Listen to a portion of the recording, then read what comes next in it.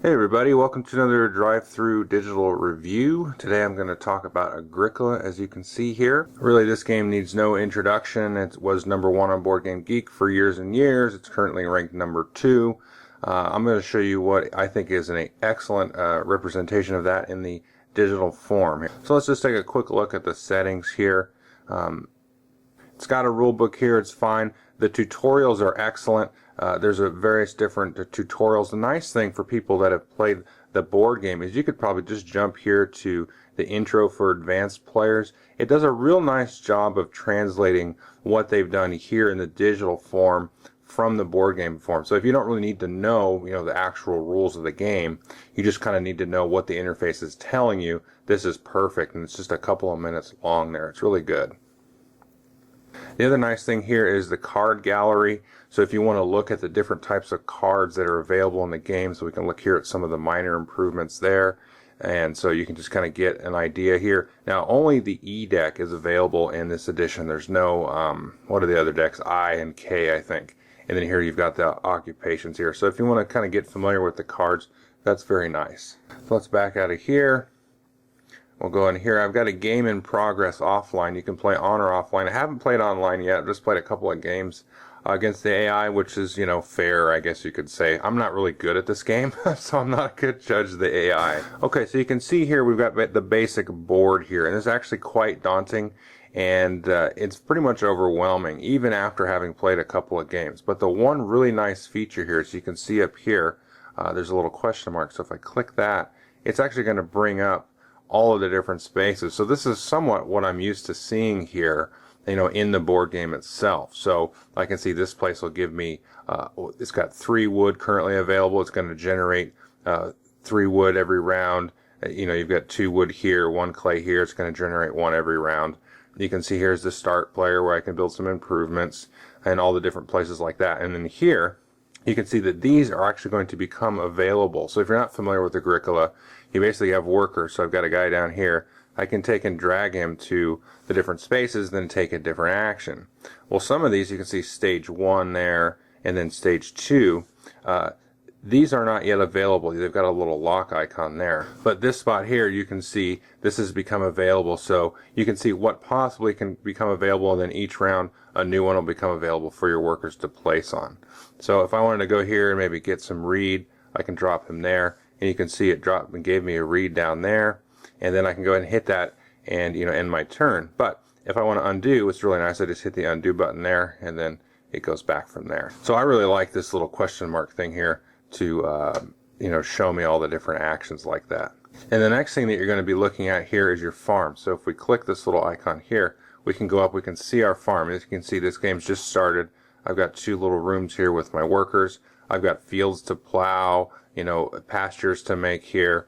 And then it's also got a little spot here, so when you go to feed your people, you can convert some of the different resources into food. And then any cards and stuff that you play are going to be on this side over here. So if we take a look at this player here, you can see he's actually got an occupation card that he's played.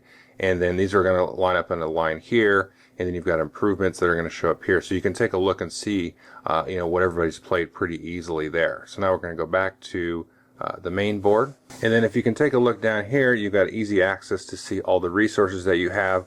If I click another player there, you can see all of the resources they have. So you can kind of see what they may want to choose here, because every round, all the resources are going to stack up in these different spaces. So if I see that, somebody's going to need the wood, then maybe I want to snag that because they don't have any wood or something. And then down here in the left-hand corner, we can get access to all the cards. So if I click this little well here, I can see all of the improvements here that are available for everybody. You can see the actual card there. If I click over here on the windmill, we can see all the occupations that I drew, as well as all the improvements that I drew for myself here, and then take a look at those. And one thing I didn't show you is when you set this up, you can either just get randomly drawn set of cards, you could draw 10 of each, and then discard down to 7, or in the multiplayer games you can even do sort of a draft, which is pretty cool. The other nice little piece of information is this little spot down here. You can see I've got 3 food. I'm going to need 4 at the next harvest. And if I tap that there, you can see, we're in stage 1, round 1, and you can see all the stages up into the harvest. So you can see how far away you are from having to feed your people. You've got other information here, like the number of rooms and stables and fences you have to build. You can tap this up here. It'll give you an overview. You can get a quick overview of everybody's farm, all the resources and cards and stuff that they've played. You can get a current sense of the amount of points here. You can see right now we're all at minus 14 because, you're going to get negative points for not having any fields and pastures. None of us have any, sheep or boar or different grains and vegetables, and you get a negative, modifier to your score at the end if you don't have some of these things. And as the score changes, you can go here and check and see kind of where everybody's at. It's very nice. I mean, other than that, I can just kind of walk through a couple of turns. There's like hundreds of videos, I'm exaggerating, but on how to play Agricola, the board game. And the tutorial is really excellent. So I'm going to go in here and get some wood just, for time being, because it's always good to kind of build your houses and stuff. And you can kind of see what everybody else is doing. One thing you can go in here is you can do and go take a look at the log here. So you can see all the different actions that players have taken. And that's a good way to kind of learn how to play the game. So this game is a bit of a brain burner, and it would, I could take a long time kind of explaining all of the different actions and what they might do. It's a very, very heavy Euro game. So if you do want to learn more about the game, I would suggest going to Board Game Geek, or if you're watching this on Board Game Geek, then to go look at probably Scott Nicholson's excellent video, and there's a few other ones that are escaping my memory at this point, but they're excellent videos on how to play the game. You can actually play, just the family game here without any of these cards, and these cards are really going to add a lot of complexity because they're going to have different effects. They're going to affect the way that you use some of these different spaces here on the board and such. But, as from a review perspective, this is just an excellent app. I know I did a recent review of Eclipse, and I said that was probably the best board game, app out there. This is definitely going to give it a run for its money. And I hesitate to say I've only played a couple games of this, and Eclipse, well, I've played several games of Eclipse by this point, but I would say this is definitely going to give it a run for its money.